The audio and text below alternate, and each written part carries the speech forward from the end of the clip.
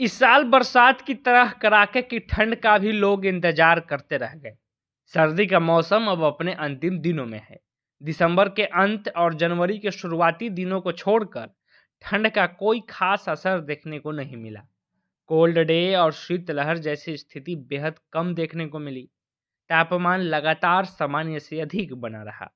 मौसम वैज्ञानिकों की माने तो फरवरी के आखिरी हफ्ते या मार्च की शुरुआत में तापमान इतना बढ़ चुका होगा कि गर्मी का एहसास होने लगेगा।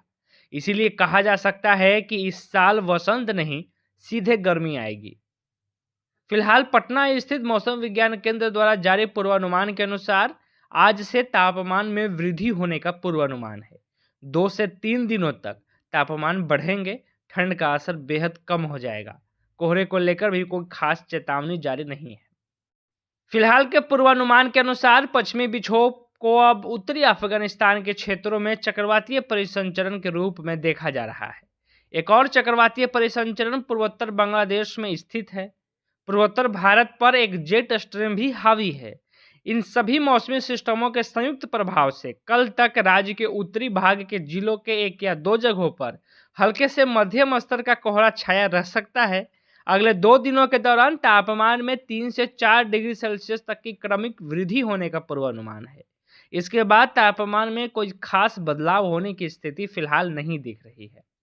आज यानी 10 फरवरी को बिहार के उत्तरी भाग के जिलों में कहीं कहीं हल्के से मध्यम स्तर का कोहरा छाया हुआ है।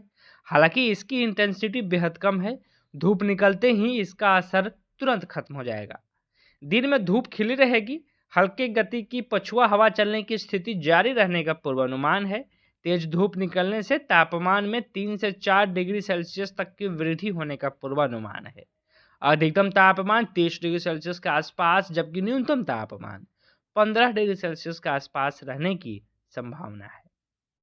9 फरवरी को बिहार के अधिकतम और न्यूनतम तापमान में बढ़ोतरी होने लगी। आज से इसमें और तेजी आने की संभावना है। अगले कुछ दिनों में तापमान 3 से 4 डिग्री सेल्सियस तक बढ़ सकता है। 9 फरवरी को दिन का सर्वाधिक अधिकतम तापमान 28.3 डिग्री सेल्सियस औरंगाबाद में, जबकि सबसे कम न्यूनतम तापमान 6.8 डिग्री सेल्सियस बांका में दर्ज हुआ। पटना से लोकल एडिटिंग के लिए सच्चिदानंद की रिपोर्ट।